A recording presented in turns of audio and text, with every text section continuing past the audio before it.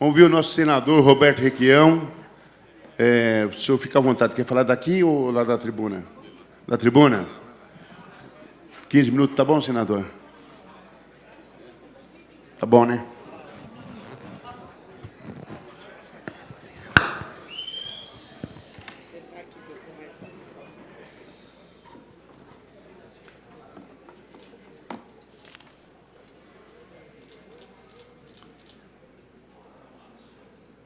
Eu inicio uma citação bíblica.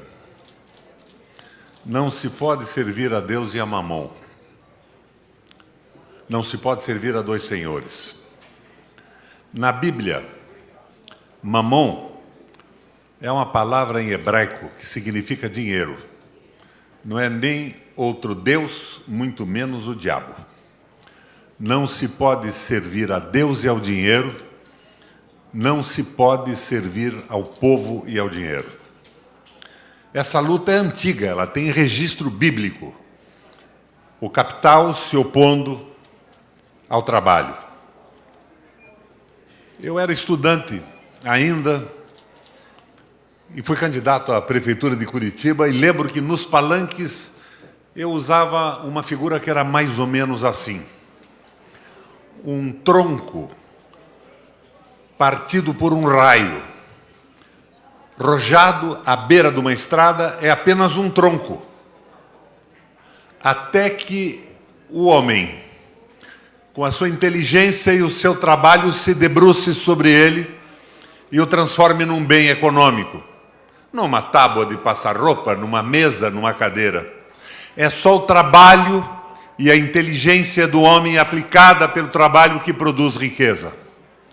Mas o trabalho vem sendo marginalizado com o brutal avanço do domínio do capital improdutivo, do capital financeiro, que controla governos e parlamentos e dita políticas econômicas no mundo, e notadamente no Brasil, no nosso momento mais recente. No começo do século XIX, Bismarck, comandando a Prússia, tentava a reunificação da Alemanha.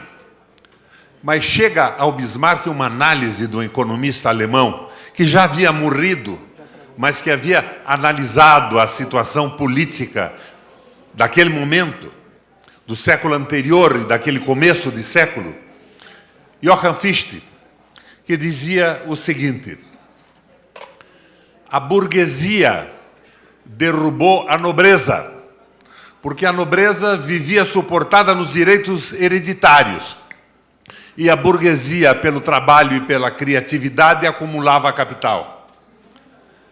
E ele concluía: a burguesia derrubou a nobreza e consagrou uma espécie de sacralização da propriedade privada. E hoje, um burguês, um rico, um capitalista envelhecido, vive da sua renda do capital, das suas propriedades e do seu dinheiro aplicado. Mas a ele se opõe o trabalhador, que tem como único capital a sua força de trabalho e que, envelhecendo, não tem mais como sobreviver. Fichte, então, fazia um raciocínio em cima disso. A burguesia derrubou a nobreza e o trabalho vai fazer a revolução na Alemanha, porque o trabalhador existe num número extraordinariamente maior do que o dos capitalistas, dos burgueses enriquecidos. Bismarck prestou muito atenção a isso. E no processo de reunificação da Alemanha, ele disse o seguinte: aqui não, eu vou evitar esta revolução do trabalho contra o capital. E criou a aposentadoria dos trabalhadores num sistema tripartite, com a participação do Estado, a participação do empregador e a participação do empregado. Com isso, ele viabilizou, naquele momento, o processo de reunificação da Alemanha, eliminando um conflito social brutal e eminente. Mas parece que aqui no Brasil se esquece isso.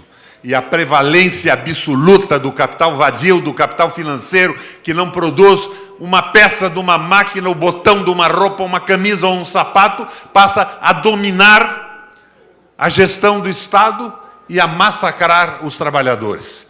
Só o trabalho e a inteligência do homem produz riqueza.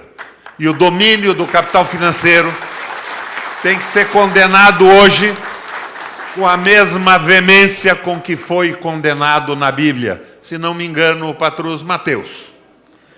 Minha gente, nós estamos vivendo o resultado de um processo que não é só brasileiro. Eu quero abordar um círculo maior do que vem acontecendo e onde começou esse processo todo. A Alemanha caiu. O nazismo foi derrotado pela Rússia e pelos Estados Unidos. Mas o comunismo estava forte na União Soviética. O comunismo e as suas ideias de poder absoluto aos trabalhadores, aos sovietes, era extremamente vigoroso. E isto amedrontava toda a Europa. Os movimentos sociais começaram a pressionar os estados e as estruturas de poder.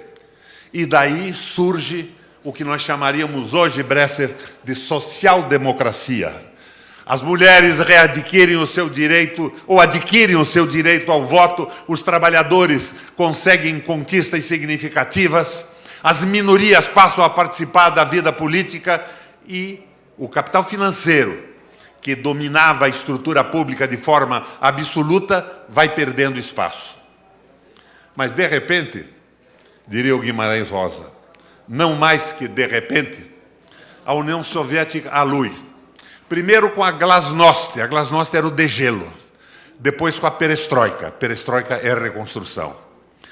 O comunismo, por suas contradições internas, e nós não vamos aprofundar isso aqui, cede espaço na Rússia. E o capital financeiro procura articular sua revanche. Ocupar o espaço perdido para a social-democracia, para o trabalhador, para o povo, para a valorização das pessoas. E faz isso suportado num tripé.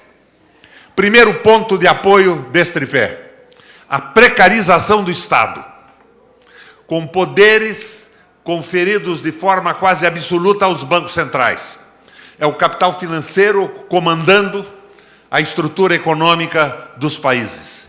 E os governos se transformam, como diria o velho Brizola, em mandaletes do capital financeiro.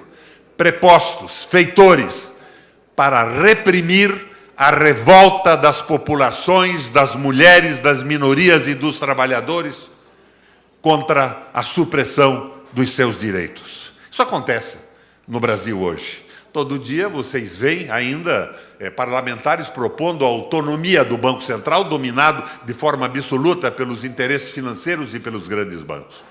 Segundo ponto de apoio desta revanche do capital financeiro: a precarização do parlamento através do financiamento privado. As campanhas se realizam a custos fantásticos financiados por interesses econômicos. E os parlamentares eleitos ou governantes eleitos não se remetem mais ao programa dos seus partidos. Eles devem fidelidade quase absoluta aos seus financiadores. Os discursos de campanha não têm nada mais a ver com a prática e o voto dos parlamentares e o comportamento dos dirigentes municipais, estaduais e federais. Vocês observam isso no Brasil com toda clareza hoje, na Câmara de Vereadores, nas Assembleias Legislativas, na Câmara Federal e, notadamente, no Senado Federal. É o domínio absoluto pelo capital, fundamentalmente pelo capital financeiro, da posição e dos votos desta gente eleita num processo supostamente democrático. O terceiro ponto de apoio é o mais terrível, Zaratini. É a precarização do trabalho, a semi-escravização dos trabalhadores, a supressão dos direitos. E aqui no Brasil nós vimos isso com o fim da CLT. Nós vimos isso com a reforma brutal da Previdência, que não é reforma de nada, é a supressão do direito dos trabalhadores, voltando a uma situação que nem o Bismarck, no início do século XIX, considerava suportável para a unificação da Alemanha. Eu vejo, nesse quadro de supressão dos direitos, da viabilização ou da inviabilização econômica dos sindicatos, o sinal do caos que nós vamos atravessar. O nosso governo hoje tem um presidente que não é presidente. Qualquer pessoa minimamente lúcida percebe que ele diverte com as suas bobagens a opinião pública do Brasil e do mundo, e quem governa é o Guedes, com apoio do Centrão e do Rodrigo Maia no Congresso Nacional. O governo brasileiro acaba, na sequência de um projeto que foi montado, se não me engano, a partir aqui de São Paulo, com o presidente do INSPER, como é o nome dele, o Marcos Lisboa, que chamava-se Ponte para o Futuro, leva adiante o projeto do liberalismo econômico, a transformação do Brasil no celeiro do mundo, produtor de commodities. Commodities são as coisas que não são industrializadas na mineração e na agricultura, os grãos in natura, o minério retirado do solo, e celeiro do mundo e produtor de commodities com a precarização absoluta do trabalho. Então eles dizem, Brasil, celeiro do mundo, com a tecnologia avançadíssima da agricultura e a mecanização. Mas isso, sem a menor sombra de dúvida, leva ao desemprego. A agricultura cada vez produz mais mecanicamente e tecnologicamente, com menos mão de obra. Ah, sim, mas eles resolvem isso com uma outra proposta da Ponte para o Futuro. A precarização do trabalho. Trabalho semi-escravizado, sem direito algum, fará com que capitais do mundo venham aproveitar essa semi-escravatura da população trabalhadora brasileira em algum empreendimento. Eles suportam essa ideia no processo de industrialização da China. A China tinha uma relação de trabalho medieval, direito algum. Quando os capitais saem dos Estados Unidos para não sustentar os seus trabalhadores e vão investir nas zonas de processamento industrial. Pode parecer hoje um paradoxo, mas para o chinês, naquela época do início da capitalização americana nas zonas de processamento industrial, era, sem sombra de dúvida, um avanço. Um trabalho na indústria garantia o almoço do trabalhador e o jantar da sua família. E evitava, evidentemente, qualquer possibilidade de revolta, pois não havia nenhuma possibilidade de organização sindical, de organizações de protesto e de defesa de direitos. Mas nós acreditamos que essa ponte para o futuro terá sucesso no Brasil. Nós conhecemos a CLT do Getúlio Vargas. Nós conhecemos todas as conquistas trabalhistas do mundo ocidental, retardatariamente, como foi retardatária a abolição da escravatura, mas conhecemos e construímos uma sociedade complexa. E nos últimos anos do governo do PT, a incorporação de massas trabalhadoras no mercado de consumo e no mercado de trabalho. O trabalhador brasileiro, em hipótese alguma, vai suportar a política neoliberal do Guedes. Mas o que é que nós podemos fazer? Pintei para vocês o caos. Como é que saímos dessa recessão, Bresser? Eu vou um pouco atrás, lá para 23 e 30, observar o que aconteceu na Alemanha com uma recessão muito maior do que essa. Muito mais drástica do que a recessão brasileira hoje. E a Alemanha passou a ser dirigida por um liberal, um economista liberal, que chamava-se Horace Greeley Yarmachach. Esse cara assumiu o comando da economia do seu país e deixou de ser liberal no dia seguinte. Primeira medida do Schacht. A Alemanha vivia o Tratado de Versalhes, tinha perdido uma guerra, tinha dívidas brutais. Era como a dívida pública brasileira hoje, de outra forma. O Schacht passou a dizer: a Alemanha só compra de outros países que comprarem produtos alemães. E eliminou o comércio através do dólar. A Alemanha queria o escambo. Ela comprava produtos de quem comprasse produtos alemães e pagava com a produção alemã. A Alemanha resolveu o problema de uma inflação brutal na mão do Schacht, isso lá em 23, não foi em 30, vinculando a moeda alemã a uma cesta de cereais. Em uma semana acabou a inflação. Foi o que os meninos, na época do Mineiro, presidente da República, fizeram aqui com os planos econômicos, a vinculação de moeda. Só que depois eles não prosseguiram no processo. Agora, já na década de 30, a Alemanha fez uma parceria do Estado com as principais empresas alemãs. Empresas fantásticas, são fantásticas ainda hoje, notadamente no setor metal mecânico.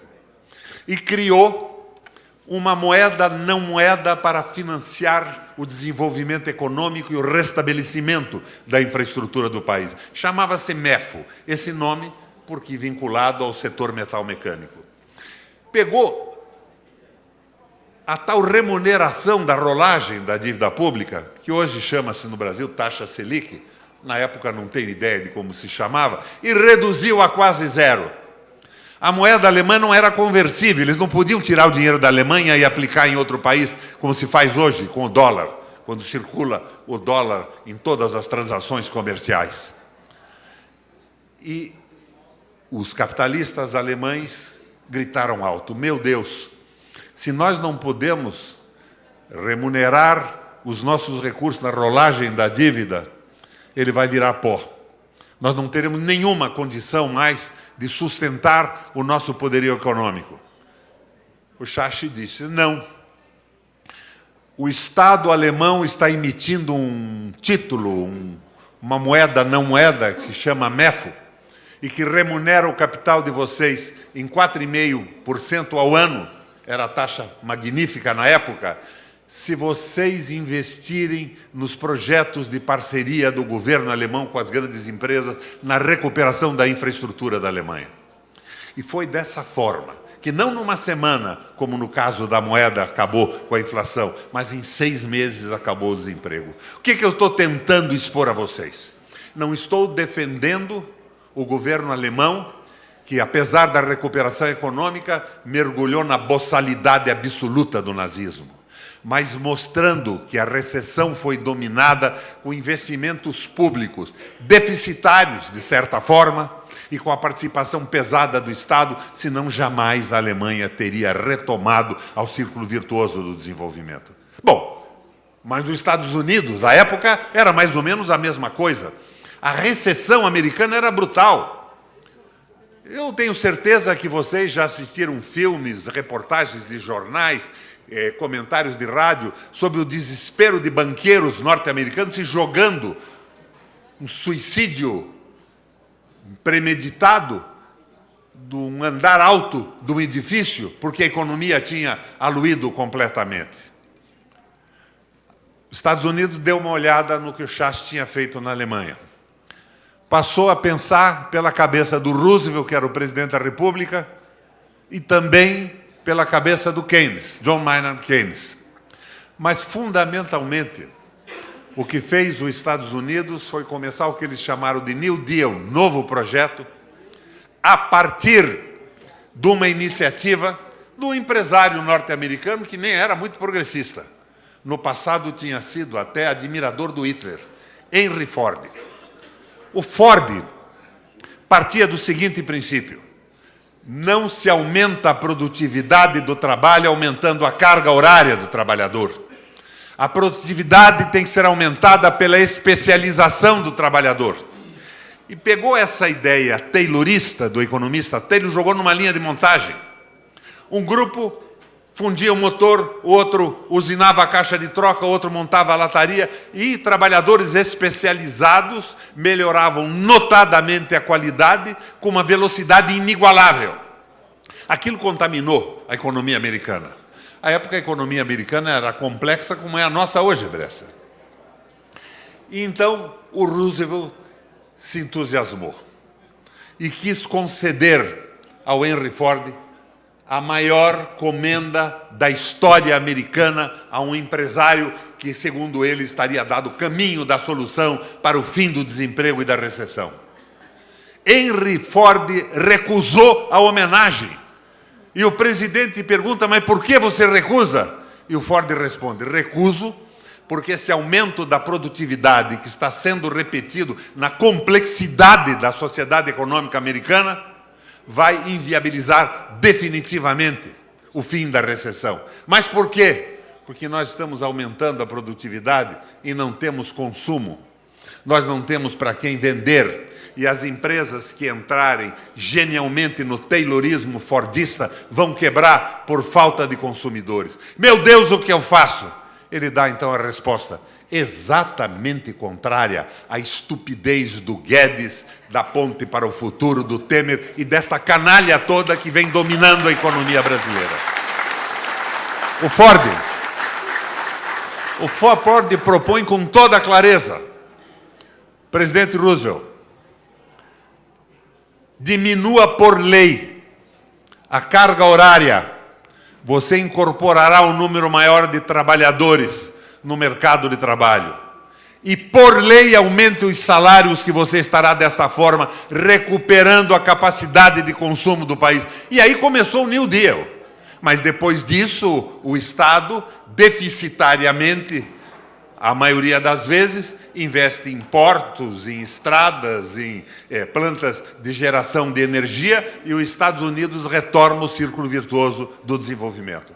A diferença básica do que aconteceu nos Estados Unidos e da Alemanha é que nos Estados Unidos foi incorporada a preocupação pelo favorecimento do trabalho e da renda dos trabalhadores. E na Alemanha era só um projeto de retomada do desenvolvimento econômico.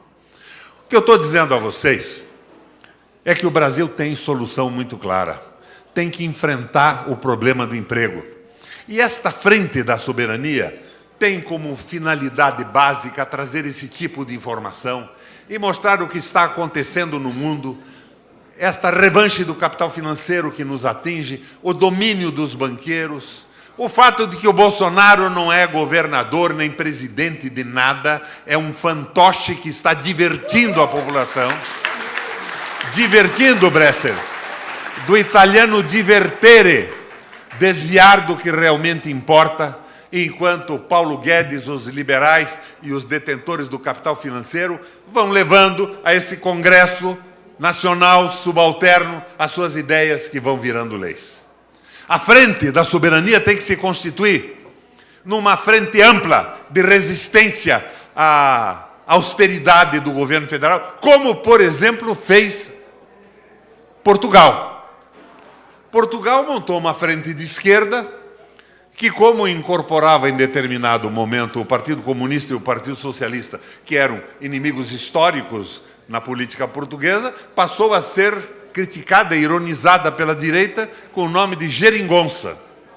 E eles resolveram assumir o nome de geringonça. A frente ampla é uma frente que se opõe a alguma coisa, ela não é um partido político. O partido político propõe políticas para a administração municipal, estadual, para a administração federal, políticas para a política externa do país, medidas para a política externa do país. É outra coisa. Mas, no momento, nós temos que construir uma frente política contra o austericídio, contra essa loucura absoluta, ampla. Mas eu acho indispensável a participação da política interna dos partidos, Falcão, na construção concreta, completa, de sugestões para o Brasil. Que, reconquistado o processo democrático, sem a menor sombra de dúvida, serão colocadas para a população decidir os destinos do Brasil conforme os seus desejos. Econômico, político, social, os partidos devem propor isso. Os partidos devem se debruçar internamente na construção, mas a frente não. A frente é contra a austeridade e o liberalismo econômico. Em Portugal é assim. A frente se opõe à austeridade e incorpora demandas populares. Salário mínimo aumentado, aposentados com maior salário, investimentos públicos que são alavancas da retomada do processo de desenvolvimento, e o pequeno Portugal, ao contrário do resto da Europa, está saindo da crise. Minha gente, é por aí que o caminho se delineia. Eu fico até impressionado quando me convidam para participar desses movimentos. Eu e o Bresser já somos dinossauros do processo político e econômico brasileiro. Mas eu lembro sempre que eu tenho algumas experiências para passar para vocês. Eu tenho 78 anos de idade. Tenho mais 40 anos de vida útil, certamente. Mas do alto dos meus 78 anos de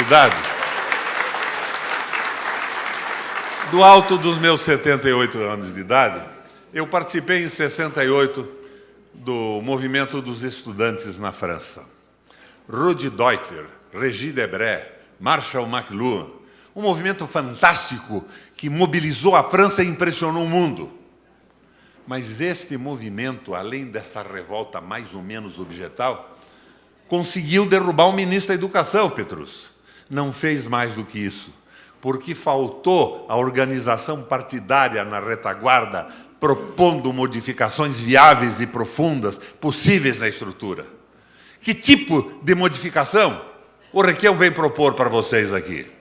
Eu quero lembrar, quase que finalizando essa minha intervenção, uma anedota aristotélica. Comandantes de pelotão foram convocados pelo seu exército a tomar uma colina. O primeiro dá uma olhada, faz o levantamento e acha que ia perder muitos homens. Recua e não avança. É um ato temerário de covardia. O segundo dá uma olhada na colina, avalia as possibilidades e acha que ele conseguia tomar a colina com uma perda mínima de homens. Mas ele toma a colina e, empolgado, avança além dela. É um ato temerário de ousadia. Ele perdeu praticamente quase todos os seus homens. O terceiro avalia a situação logística, avança, toma a colina e se mantém nela. É o ato eficiente, é o ato meio. A nossa frente não pode avançar além do que conseguiríamos ter sustentabilidade na opinião pública brasileira. É uma frente ampla para o restabelecimento da democracia, o restabelecimento da soberania brasileira, mas deve ter como objetivo primário e indispensável, na minha opinião, a defesa do referêndum revogatório de todas as barbaridades que esses governos têm feito. Eu tenho dito, empresas estrangeiras e fundos de pensão têm comprado no Brasil mercadoria roubada do povo por governo rigorosamente ilegítimo. Como se elegeu o Bolsonaro? Eu acho que nós temos aí no Brasil 10, 12% de imbecis, de idiotas completos. Mas o resto foi voto vinculado pelo trabalho da Globo, das grandes redes de televisão, da criminalização da política e da criminalização do PT. Esse governo não tem legitimidade para fazer o que está fazendo. Referendo revogatório, restabelecimento do processo democrático e uma grande discussão, que os partidos se organizem e proponham caminhos para que o Brasil avance. Agora é o ato eficiente, é o ato meio, não vale os exageros. Mas, para finalizar, não me convidem para esta frente de direito e fora da democracia. Não me convidem.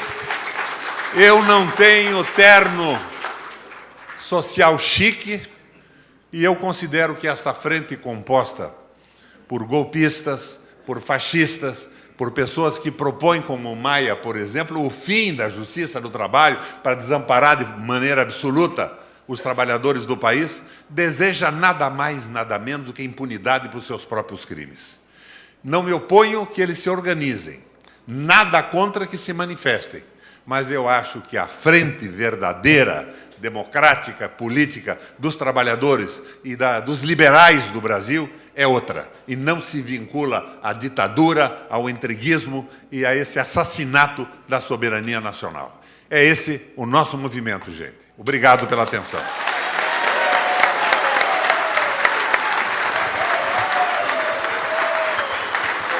Obrigado, senador. Obrigado, senador Roberto Requião.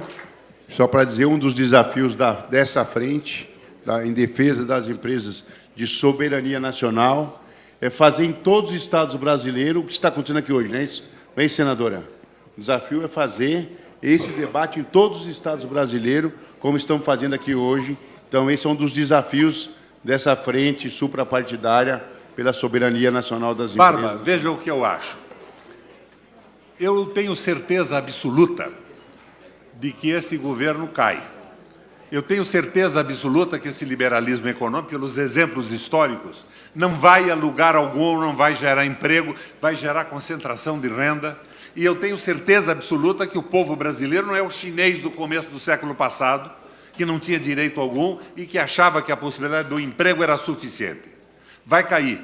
Mas o povo que vai derrubar esse governo foi o mesmo que elegeu o Jânio Quadros, o Collor, o Fernando Henrique, porque em determinado momento é tomado por um desencanto absoluto, mas não tem perspectiva. A frente é uma coisa, é a união do povo pela redemocratização do país. Mas nós precisamos de um engajamento partidário sólido, partidos que passem a propor medidas econômicas com uma clareza absoluta, que valorizem fundamentalmente o trabalhador e o trabalho, e não a riqueza, não mamão, esse mamão bíblico que é o dinheiro que não pode ser cultuado por ninguém. Então, esta frente tem essa característica didática e pedagógica. Estamos percorrendo o Brasil com companheiros que pensam como nós pensamos, que se engajam em partidos diferenciados para formar quadros médios que possam dar sustentação ao processo da redemocratização, mas que se engajem em partidos políticos que são um instrumento verdadeiro de transformação da sociedade.